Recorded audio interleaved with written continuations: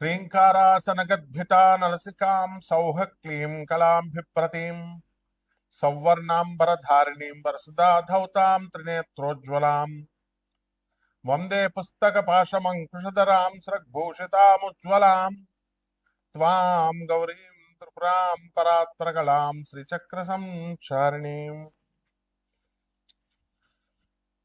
మనకి చాలా మంది ఏమండి గురుగారు మాకు చేతబడులు చేశారండి, మాకు ఈ యొక్క చిల్లంగి అంటారు దాన్ని, ఒక్కొక్క ఏరియాలో ఒక్కొక్కటి. అలా దుష్టశక్తులు, క్రూరశక్తులు, క్రూర గ్రహాలు, పిశాచాలు, కర్ణపిశాచులు, ఇలా రకరకాల పేర్లతో ముఖ్యంగా చేతబడులండి అంటారు. మన హీరో సుమన్ గారు కూడా చాలా మంచి ఆయన.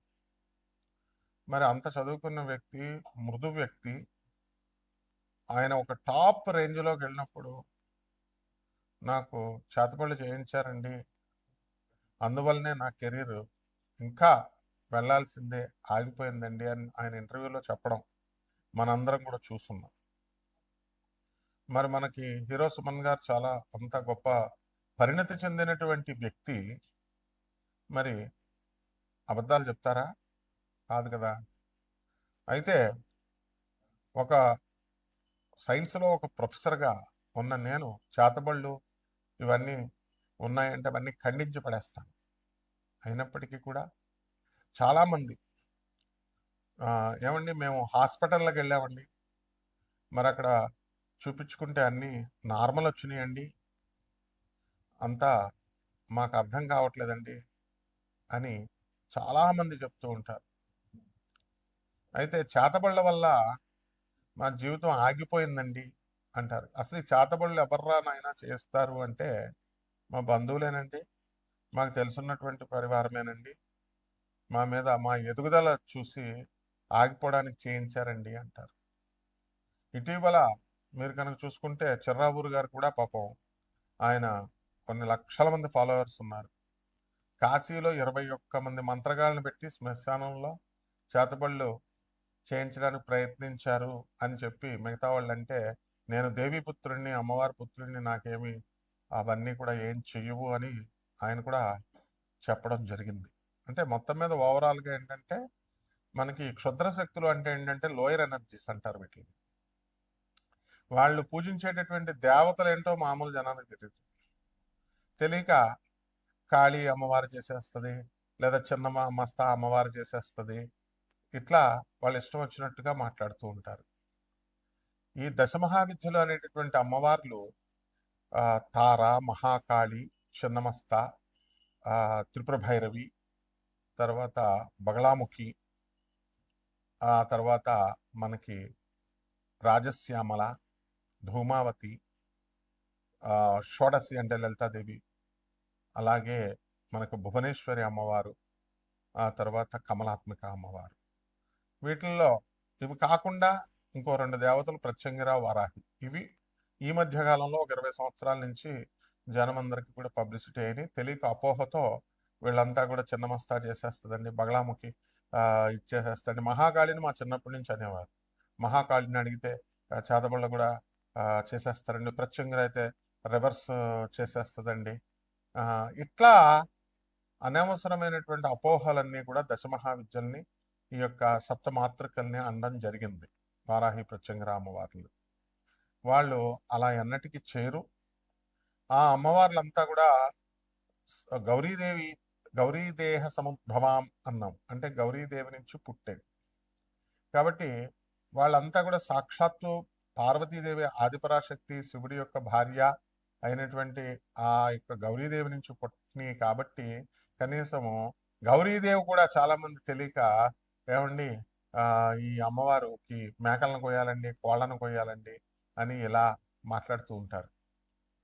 ఇవంతా కూడా సకారాత్మక శక్తి, సర్వమంగళాలని ప్రసాదించేటటువంటి జగజ్జనని అనేటటువంటి పార్వతీదేవి ఎన్నడూ కూడా ఈ మాంసాలని, మధుమాంసాలని ముట్టుకోదు.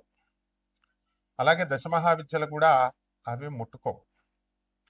కానీ తెలియక వీళ్ళంతా కూడా వామాచార పద్ధతి, కౌలాచార పద్ధతి అని చెప్తూ మటన్ పెట్టాలా, చికెన్ పెట్టాలా, మందు బాటలు పెట్టాలా, పంచమకారాలంటూ పిచ్చి పిచ్చివన్నీ కూడా చెప్పుకుంటూ వచ్చారు. అటువంటి చెప్పినటువంటి వాళ్ళంతా కూడా డౌన్ఫాల్ని మనం క్లియర్గా చూసాం మన కళ్ళ ముందే. ఈ 2-3 సంవత్సరాలను ఆ దేవాలయాల నుంచి వాళ్ళని గెంటివేయడం కూడా, పూజారులు అంత అవమానం కూడా వాళ్ళకి జరిగిందనమాట. ఇవన్నీ అవసరం లేదు వాళ్ళకి. మరి ఎవర్రా ఈ క్షుద్ర శక్తులు అంటే లోయర్ ఎనర్జీస్. మరి నేను చెప్పినటువంటి దశమహావిద్యలు, ఈ ప్రత్యంగిర వరాహి అమ్మవార్లు వీళ్ళంతా కూడా హైయర్ ఎనర్జీస్ అనమాట.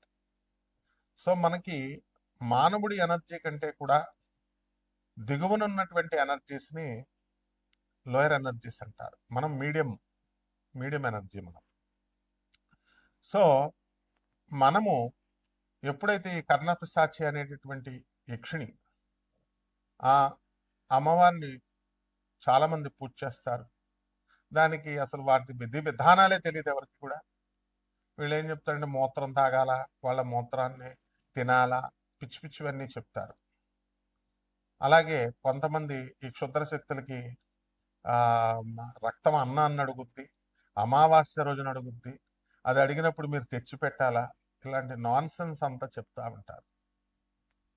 మనకి చాలామంది ఈ యొక్క క్షుద్రశక్తి ఆరాధకుల్ని, అంటే అవన్నీ మినిమం మ్యాజిక్స్ అనమాట. ఇలా గాలిలో శివలింగాలు తీయడం, నోట్లో నుంచి శివలింగాలు తీయడం, విభూతి సృష్టించడం, అలాగే ఇలా లడ్డూలను సృష్టించడం, ఇవన్నీ కూడా మామూలు జన విజ్ఞాన వేదిక వాళ్ళందరూ కూడా వాళ్ళు చేస్తూ ఉండేవారు. వీళ్ళు కూడా ఈజీగా ట్రిక్స్తో చేసేవారు. సో మయనార్ అనేటటువంటి ఒక ఊరుంది, అది గౌహతికి 80 కిలోమీటర్ల దూరంలో అస్సాంలో ఉంది. అక్కడ గ్రామం మొత్తం అంతా కూడా కుటీర పరిశ్రమ లాగా ప్రతి ఒక్కళ్ళు కూడా చేతబళ్ళు చేయడము, విడిపించడము. ఆ ఊరే అసలు చేతబళ్ళ ఊరు అంటూ చెప్పుకోవడం వస్తున్నాం. అలాగే కరోలి సర్కార్ అని చెప్పేసి చేతబళ్ళు తీసేస్తారని చెప్పేసి వీళ్ళంతా కూడా యూపీలో ఉన్నారని చెప్పి వెళ్ళడం. అలాగే వాళ్ళు కూడా చేతబళ్ళు పట్టిన వాళ్ళు జుట్లు పట్టుకొని లాగడం. ఇలా రకరకాలుగా ఎవరిష్టం వచ్చినట్టు వాళ్ళు చేస్తూ ఉంటారు. అసలు చేతబడి యొక్క లక్షణాలు ఎలా ఉంటాయంటే వాటి డెవలప్మెంట్ ఆగిపోతుంది. బాగా వ్యాపారంలో నెంబర్ 1గా ఎదిగిపోతున్నటువంటి వాళ్ళు సడన్గా అప్పుల పాలవడం, ఇతరుల చేత మోసగింపబడడం, అండ్ ఏదో ఒక విధమైనటువంటి భయంకరమైనటువంటి క్రానిక్ డిజీజ్ రావడం, ఆ డిజీజ్ సడన్గా క్యాన్సర్ వ్యాధి లాంటిది రావడం, ఆ వ్యాధుల ద్వారా మనం హాస్పిటల్కి వెళ్ళిన నార్మల్ ఉంది అని చెప్పడం వాళ్ళు, ఆ తర్వాత మనము టెస్ట్ చేసుకున్నా కూడా నార్మల్ ఉందండి అంటారు.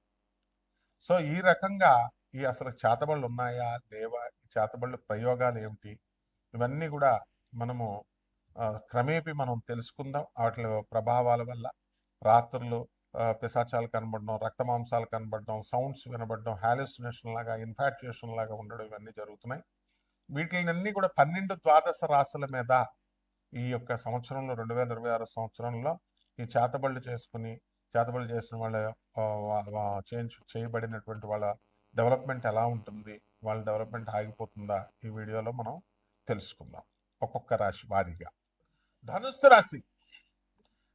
రాశి వారందరూ కూడా చేతబళ్ళ ప్రభావం వలన కోటాను కోట్ల రూపాయలను కోల్పోయారు. నరకోశ తగిలేసింది మీ అందరికీ. ఎంత బాగా చేసేవారో వ్యాపారాలు, అప్పులు తెచ్చారు పాపం లక్షల రూపాయలు అధిక వడ్డీకి డెవలప్ అవ్వాలని. డెవలప్ అయ్యారు, బ్రహ్మాండంగా వ్యాపార సామ్రాజ్యాన్ని నిర్మించారు. ఒకేసారి కపటల చేతుల్లో పడిపోయారు. ఏమంటే ఎప్పుడు ఇచ్చేవాళ్ళేనండి స్థలాలు, మమ్మల్ని ఎందుకు మోసం చేస్తారండి అని చెప్తారు. వాడు డబుల్ రిజిస్ట్రేషన్లోనో లేకపోతే దేంట్లోనే ఇరికిచ్చేస్తాడు. ఆ విధంగా a foolish friend is dangerous than a wise enemy అన్నాం.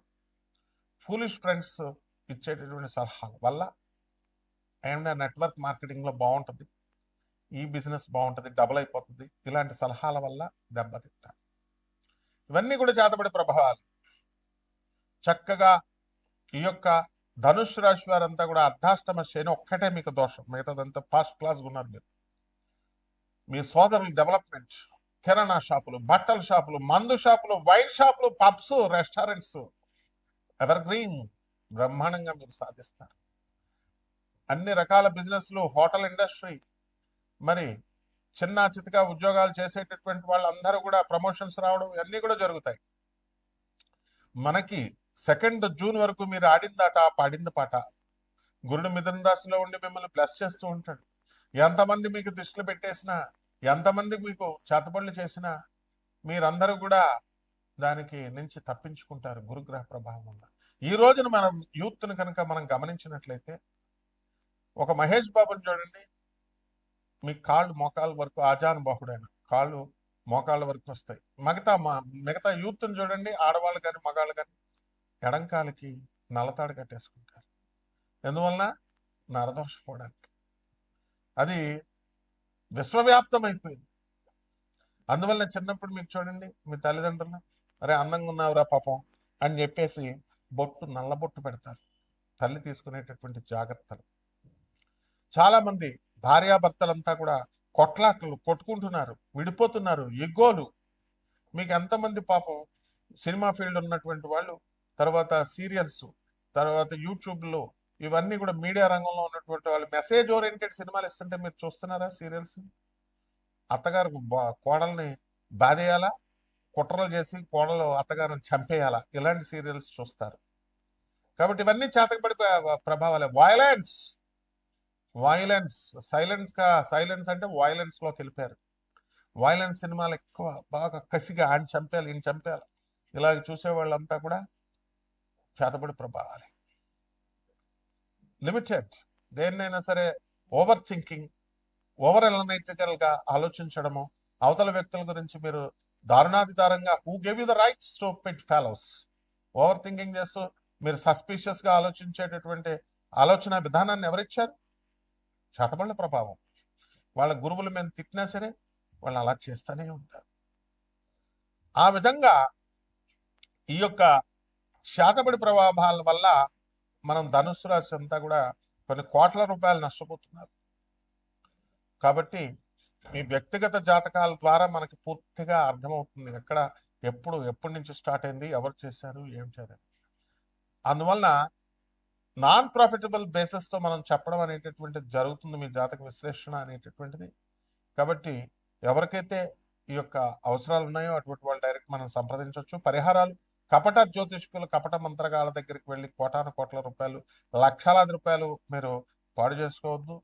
జగద్గురువులైనటువంటి దత్తాత్రేయ స్వామి వారిని, జగద్గురువులైనటువంటి ఆదిశంకరాచార్యుల వారిని మీ ఇళ్లలో ఆయన స్తోత్రాలు చదువుకోండి, పూజ చేసుకోండి, వాళ్ళ యొక్క ఐడియాలజీని అర్థం చేసుకోండి, చక్కగా మేడ్చెట్టు చుట్టూ ప్రదక్షిణాలు చేసుకోండి.